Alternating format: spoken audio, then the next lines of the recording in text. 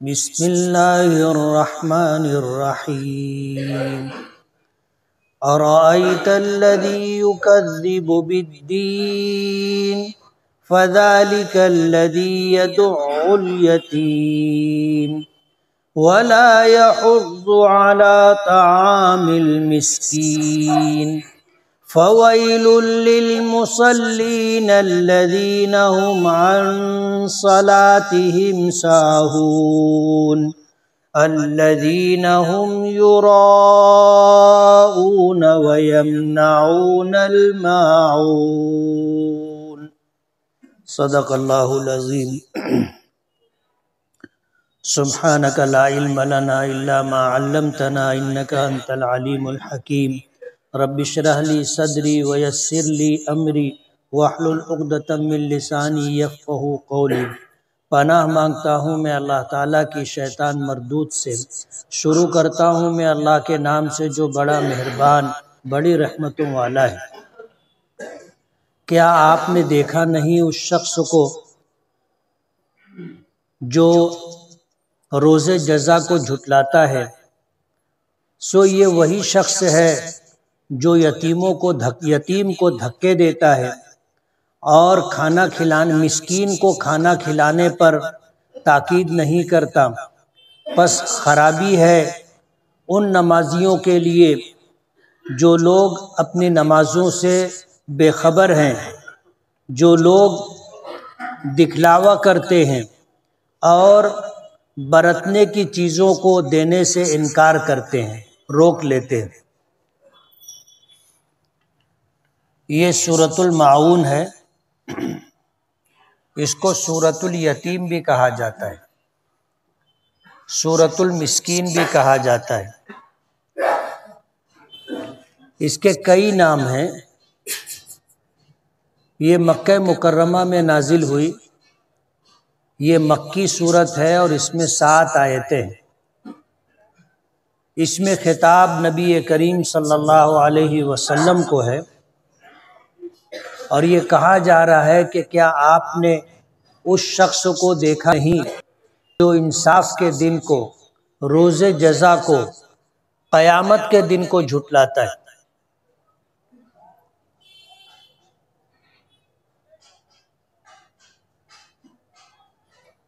آپ اس سے اندازہ کر سکتے ہیں کہ ایک شخص صاحب ایمان اس وقت کہلائے گا، اسے مومن اس وقت کہا جائے گا جب وہ آخرت کے دن پر اور قیامت کے دن حساب و کتاب کو مانتا ہوگا۔ پہلے بھی یہ بات بتائی جا چکی کہ ماننے کا نام ایمان ہے اور کرنے کا نام اسلام ہے۔ ایمان کہتے ہیں ماننے والی چیزوں کو ماننا، جیسے اللہ کو ایک ماننا، اللہ کو رب ماننا، اللہ کو معبود ماننا کہ اللہ کے علاوہ کوئی عبادت کے لائق نہیں ہے۔ رسولوں کو، نبیوں کو، ان کی نبوت کو اور رسالت کو ماننا۔ قرآن اور دیگر آسمانی کتابیں منزل من اللہ ہے کہ اللہ پاک نے اتاری تھی۔ یہ آسمانی کتابیں ہیں، اس کو اللہ کی آسمانی کتاب ماننا۔ فرشتوں کے وجود کو ماننا، یہ اللہ کا غیبی نظام۔ اس دنیا میں جو کچھ بھی ہوتا ہے، جو تبدیلیاں آتی ہیں، اللہ نے فرشتوں کو اس کام پر مامور کر رکھا ہے۔ بہت مشہور فرشتے ہیں 4، جبرائیل، میکائیل، اسرافیل، عزرائیل، اور ان کے کاموں کو بتایا بھی گیا کہ حضرت جبرائیل علیہ السلام کا کام یہ ہے کہ وہ اللہ کا پیغام اللہ کے نبیوں تک پہنچاتے تھے۔ کسی قوم پر اللہ کا عذاب اگر آنا ہے تو وہ عذاب حضرت جبرائیل کے ذریعے آتا تھا۔ روئے زمین پر اور بھی خیر کے کام ہیں، جیسے نبی کریم صلی اللہ علیہ وسلم پر وحی نازل ہوئی اور یہ سلسلہ آپ کی عمر مبارک کے 40 سال ہونے سے شروع ہوا، 23 سال تک وحی نازل ہوتی رہی، اور یہ وحی حضرت جبرائیل لے کر کے آتے رہے۔ بسا اوقات حضرت جبرائیل کے ساتھ فرشتوں کی جماعت بھی ہوتی تھی تاکہ شیاطین کسی طرح کا عمل دخل نہ کر سکیں۔ تو حضرت جبرائیل روئے زمین پر آج بھی آتے ہیں، جیسے حدیث پاک میں آتا ہے کہ جب کوئی شخص شب قدر کو اللہ کی عبادت کے لیے خشوع اور خضوع کے ساتھ کھڑا ہوتا ہے تو حضرت جبرائیل اور ان کے ساتھ فرشتوں کی ایک جماعت زمین پر آتی ہے اور ہر ایسے شخص سے مصافحہ کرتی، اور مصافحے کی علامت حدیث پاک میں یہ بتائی گئی کہ جب یہ حضرت جبرائیل یا اللہ کے فرشتے شب قدر میں عبادت کرنے والوں سے مصافحہ کرتے ہیں تو ان کے جسم کے روئے کھڑے ہو جاتے ہیں۔ حضرت جبرائیل کے ذمے یہ کام۔ اسی طرح حضرت میکائیل کے ذمے بارش کا نظام، کہ یہ بارش کب کہاں کتنی ہوگی، یہ پورا نظام حضرت میکائیل کے پاس ہے۔ اللہ کی رحمتوں کا نزول حضرت میکائیل کے ذمے ہے، اور اللہ کے حکم سے وہ کام کرتے ہیں۔ اسرافیل کے ذمے ہے سور پھونکنا۔ حدیث پاک میں آتا ہے کہ وہ سور منہ میں لیے ہوئے عرش کی طرف نگاہ جمائے ہوئے ہیں، اللہ پاک کی طرف سے جیسے ہی اشارہ ہوگا، حکم ہوگا، سور پھونک دیں گے تو یہ پوری دنیا ختم ہو جائے گی، تباہ و برباد ہو جائے گی، جتنی مخلوقات ہیں سب پر فنا طاری ہو جائے گی، چاہے وہ انسان ہو یا انسانوں کے علاوہ اور کوئی مخلوق۔ اس کے بعد دوبارہ سور پھونکیں گے اللہ کے حکم سے، تو جتنے جاندار تھے وہ سب زندہ ہو کر کے میدان محشر میں پہنچیں گے۔ حضرت اسرائیل، ان کے ذمے روح قبض کرنے کی ذمہ داری، روح قبض کرنے کی۔ روح اللہ تعالیٰ کا حکم ہے۔ نبی کریم صلی اللہ علیہ وسلم سے یہودیوں کے سکھلانے پر مشرکین نے آ کر سوال کیا تھا کہ روح کیا چیز ہے؟ آپ نے فرمایا روح میرے پروردگار کا حکم ہے۔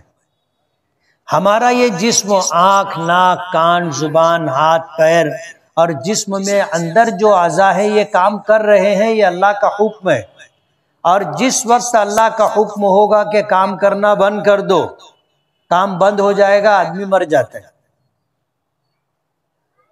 تو یہ روح اللہ کا حکم ہے، اور اس روح کو نکالنے کے لیے اللہ نے فرشتوں میں سے حضرت اسرائیل کو یہ ذمہ داری دی، حضرت اسرائیل کو ذمہ داری دی۔ تو یہ اللہ کا غیبی نظام ہے جو اس دنیا میں جاری و ساری ہے، اور فرشتوں کے وجود کو ماننا کہ فرشتے ہیں اور اللہ کے حکم پر کام کر رہے ہیں، ایمان کے لیے ضروری ہے۔ اچھی بری تقدیر من جانب اللہ ہے، اسے ماننا ضروری ہے۔ مرنے کے بعد زندہ کیا جانا یہ ماننا ضروری ہے۔ میدان محشر میں جمع ہونا یہ ماننا ضروری ہے۔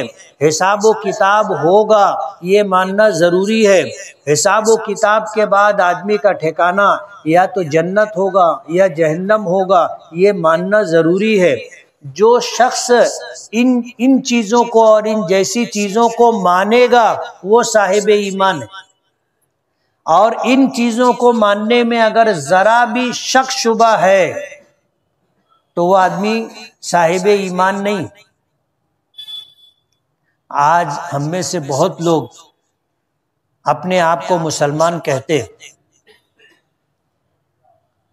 اور ماننے والی چیزوں کو مانتے بھی ہیں، لیکن ایسے لوگ بھی ہیں جو انکار کرتے ہیں، ایسے لوگ بھی ہیں جن کا یقین پختہ نہیں ہے، دلم الیقین ہے۔ ایسے لوگ بھی ہیں جن کو ان چیزوں کے بارے میں شک ہے، تو وہ صاحب ایمان نہیں ہے۔ تو ماننے والی چیزوں میں ایک روز جزا بھی ہے، مرنا ہے، مرنے کے بعد دوبارہ زندہ کیا جانا ہے، اور اس دنیا میں جو کچھ ہم نے اچھا یا برا کیا ہے کل میدان محشر میں اللہ کے سامنے اس کا حساب و کتاب دینا ہے۔ یہ ہے دین، بدلے کا دن، روز جزا، جس کو ہم قیامت کہتے ہیں، روز محشر کہتے ہیں، حساب و کتاب کا دن کہتے ہیں۔ اللہ کے نبی صلی اللہ علیہ وسلم کو کہا جا رہا ہے کہ کیا آپ نے اس شخص کو دیکھا نہیں جو بدلے کے دن کو جھٹلاتا ہے؟ اب ظاہر بات ہے یہ کسی ایک شخص کے لیے نہیں ہے، ہر اس شخص کے لیے ہے جو قیامت کے دن کا منکر ہے، یا قیامت کے دن کے وجود پر جس کو یقین نہیں ہے، شک شبے میں مبتلا ہے، اور وہ یہ سمجھتا ہے کہ بس یہی زندگی ہے، اس کے بعد کوئی زندگی نہیں ہے، جتنے دن جیے جی لیے، اس کے بعد مر گئے تو فنا ہو گئے، مٹی ہو گئے، بات ختم ہو گئی، آگے کچھ بھی نہیں ہے۔ بتانا یہ ہے کہ ہم ایمان ہمیں یہ بتاتا ہے کہ ہم عالم ارواح میں تھے، وہاں سے انتقال ہوا، ہم ماں کے پیٹ میں منتقل ہوئے، ماں کے پیٹ سے انتقال ہوا، اس دنیا میں آئے، اور یہاں سے انتقال ہوگا، عالم برزخ میں جائیں گے، قبر کا زمانہ، اور جب سور پھونکا جائے گا تو عالم برزخ ختم ہوگا اور ہم عالم آخرت میں جائیں گے۔ یہ 5 عالم ہے، ان کو ماننا ضروری ہے۔ انہی میں سے ایک بدلے کا دن ہے کہ قیامت کے دن کو جو شخص جھٹلاتا ہے، کیا آپ نے اس کو دیکھا نہیں؟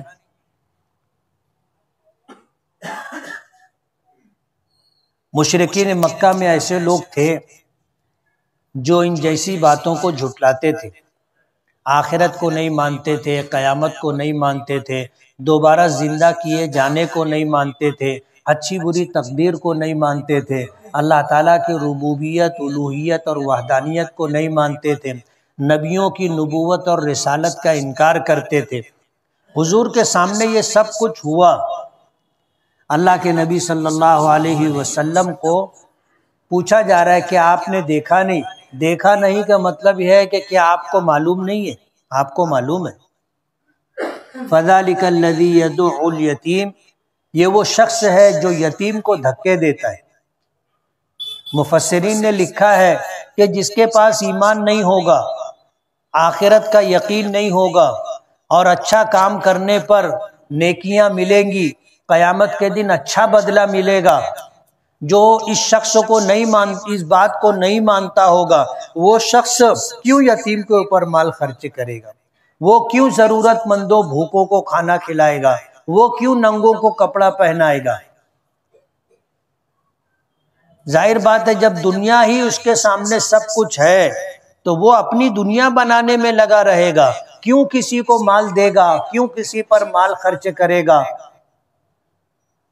فرمایا کہ یہ وہ شخص ہے جو یتیم کو دھکے دیتا ہے، وَلَا يَحُضُّ عَلَىٰ طَعَامِ الْمِسْكِينِ، اور مسکین کو کھانا کھلانے کی ترغیب نہیں دیتا، لوگوں کو آمادہ نہیں کرتا، خود بھی نہیں کھلاتا اور کسی کو تاکید بھی نہیں کرتا۔ ظاہر بات ہے جو آخرت کو نہیں مانتا ہے وہ کھانا کیوں کھلائے گا؟ کھانا تو غریبوں کو، بھوکوں کو، ضرورت مندوں کو، مسافروں کو آدمی اس لیے کھلاتا ہے کہ میں کھلاؤں گا تو اللہ اجر دے گا، اور کل قیامت کے دن میدان محشر میں یہ نیکیاں مجھے کام آئیں گی۔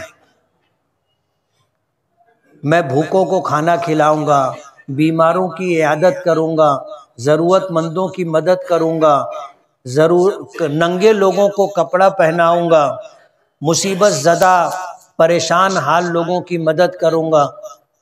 یہ کام وہی کرے گا جس کو جزا اور بدلے کی امید ہوگی، اور جو ان چیزوں کا انکار کرتا ہوگا وہ یہ سب کام کیوں کرے گا؟ نہیں کرے گا۔ تو بخل کی وجہ سے خود بھی نہیں خرچ کرتا، کھلاتا نہیں، اور کسی کو کھلانے کی ترغیب بھی نہیں دیتا۔ فرمایا فویل للمصلین، خرابی ہے، بربادی ہے، تباہی ہے نماز پڑھنے والوں کے لیے۔ لیکن یہ بات ابھی پوری نہیں ہوئی۔ کون سے نماز پڑھنے والوں کے لیے؟ فرمایا الذین هم عن صلاتهم ساہون، جو اپنی نمازوں سے بے خبر ہے، اپنی نمازوں سے غافل ہے۔ پہلے پابندی سے نماز پڑھتے تھے، اب نماز پڑھنا بند کر دیا ہے۔ پہلے نماز کا اہتمام کرتے تھے، اب نمازوں میں سستی کرنے لگے۔ پہلے مسنون وقت پر نماز پڑھ لیا کرتے تھے، اب جب جی چاہتا ہے نماز پڑھتے ہیں، وقت مسنون کا خیال نہیں رکھتے۔ پہلے جماعت سے نماز پڑھنے کی فکر کیا کرتے تھے، اب جماعت کی نماز کی ان کو کوئی فکر نہیں ہے۔ تو نمازوں میں کوتاہی کرنے والوں کے لیے ہلاکت اور بربادی۔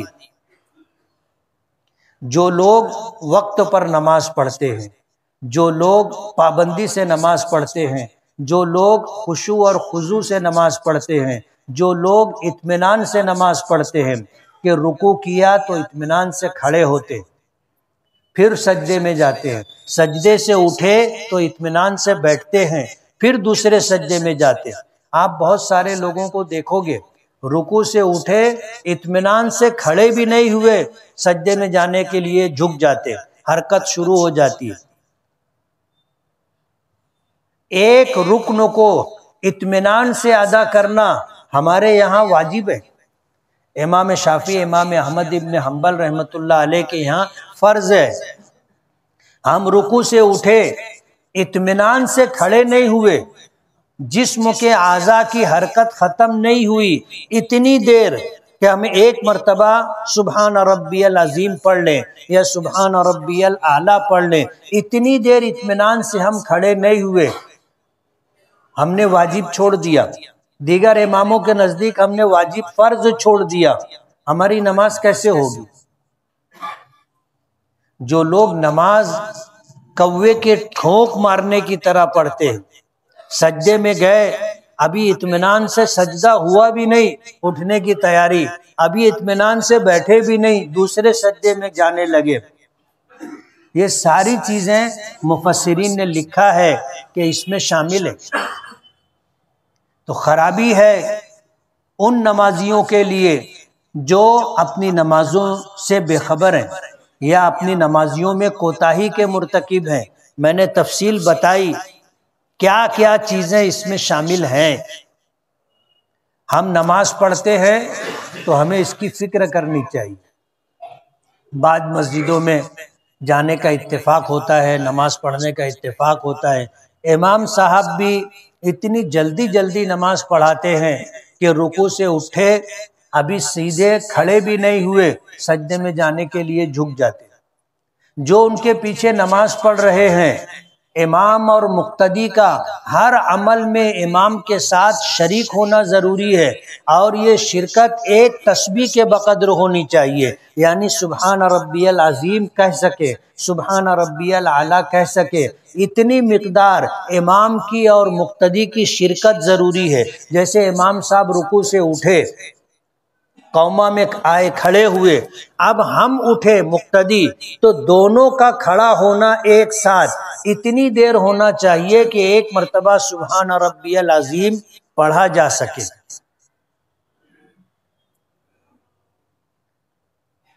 نبی کریم صلی اللہ علیہ وسلم سے ان جیسے مقامات پر کچھ دعائیں پڑھنا منقول ہے۔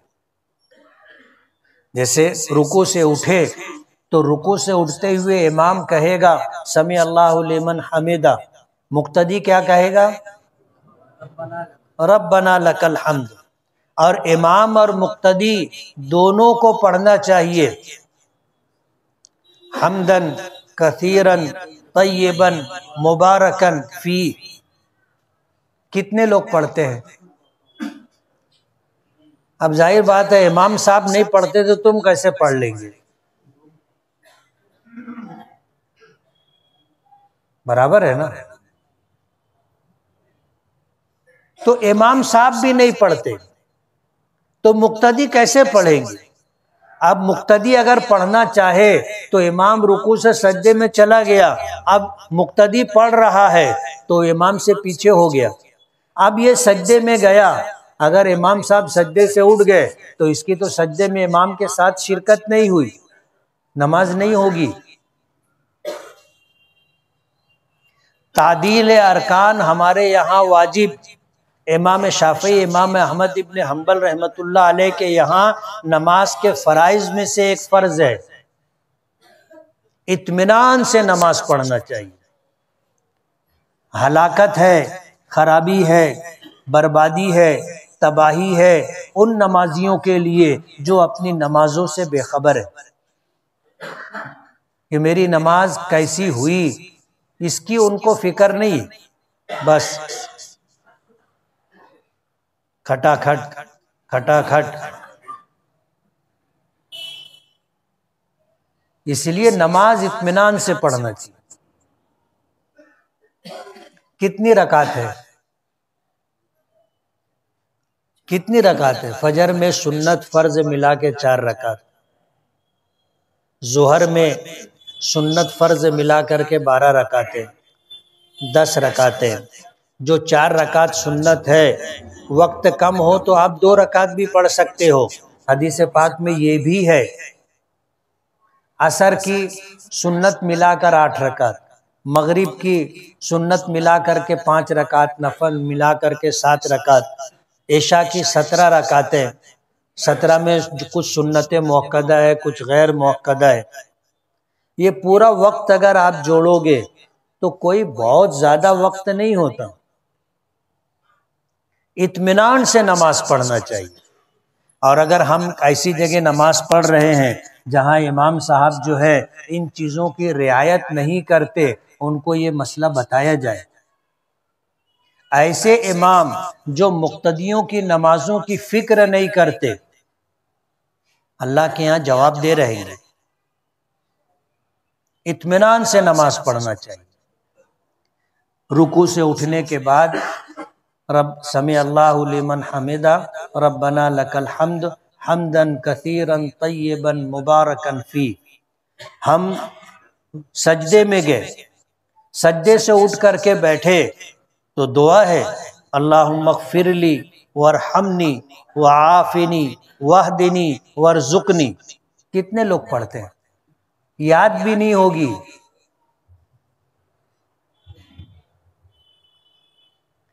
نبی کریم صلی اللہ علیہ وسلم سے منقول ہے اطمینان سے رکوع کرنا، قوما اطمینان سے سجدہ کرنا، 2 سجدوں کے درمیان اطمینان سے بیٹھنا۔ صحابہ کرام کہتے ہیں کہ حضور پاک صلی اللہ علیہ وسلم رکوع سے اٹھ کر کے اتنے اطمینان سے کھڑے رہتے تھے کہ ہم کو لگتا تھا کہ شاید سجدہ کرنا بھول گئے، اور سجدے سے اٹھنے کے بعد اطمینان سے اس طرح بیٹھتے تھے کہ ہم کو لگتا تھا کہ اب دوسرا سجدہ کرنا بھول گئے۔ اور ہمارا کیا حال ہے؟ اس لیے جو بات ہے کہ خرابی ہے ان نمازیوں کے لیے جو اپنی نمازوں سے بے خبر ہے کہ میری نماز کیسی ہے۔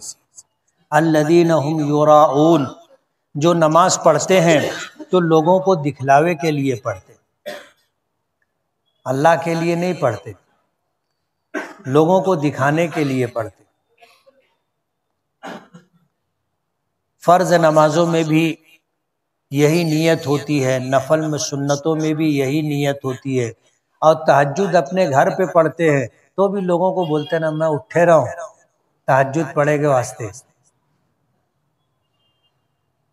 اب تو تہجد پڑھ رہا ہے تو کسی سے بولنے بتانے کی کیا ضرورت ہے؟ ایک نفل عبادت ہے، تو نے کیا کس کے لیے کیا؟ تہجد پڑھی کس کے لیے پڑھی؟ آدمی ایک جملہ بولتا ہے اس سے ساری نیکی ختم ہو جاتی ہے۔ الذین هم یراؤون، وہ لوگ جو دکھلاوے کے لیے نماز پڑھتے ہیں۔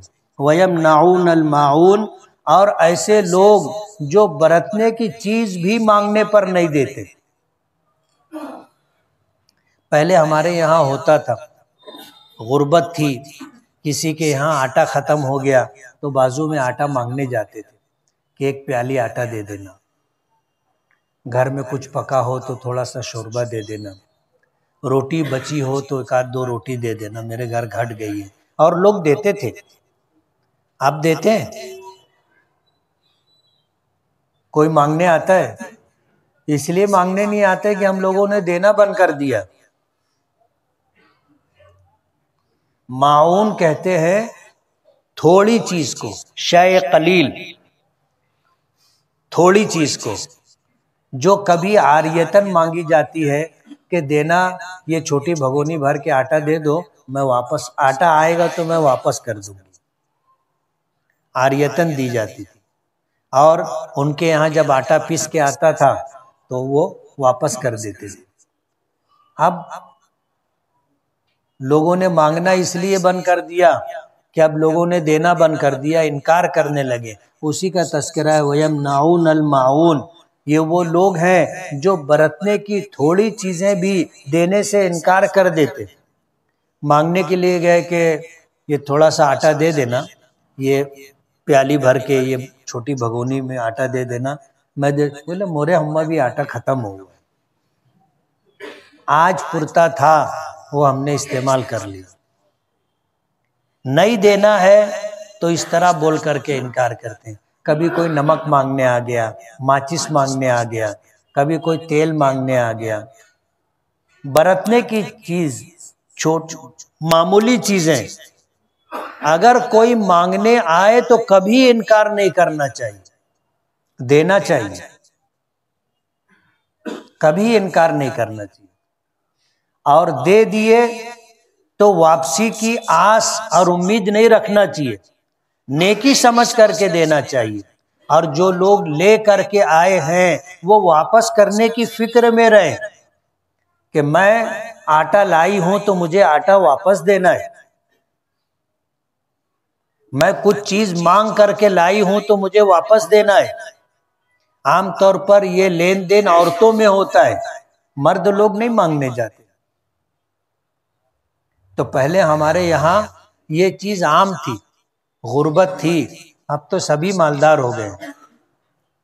جو لوگ اپنے کو غریب بولتے ہیں ان کے پاس بھی 15-20 ہزار کا موبائل رہتا ہے، 50,000 1,00,000 روپے کی موٹر سائیکل رہتی ہے، اور وہ اپنے آپ کو غریب سمجھتے ہیں۔ آپ بتاؤ ان کو کوئی غریب بولے گا؟ تو اب تو جیسے جیسے زمانہ آگے بڑھتا جا رہا ہے، مال و دولت کی فراوانی ہوتی جا رہی، ناشکری بڑھتی جا رہی۔ اگر برتنے کی چیز کوئی مانگنے کے لیے آئے تو کبھی بھی انکار نہیں کرنا چاہیے، اور دینے کے بعد یہ نہیں ذہن میں رکھنا چاہیے کہ کب واپس لا کے دیں گے۔ نیکی کر دریا میں ڈال، ہو گئی نیکی بھول جانا چاہیے، کل قیامت کے دن کام آئے گی۔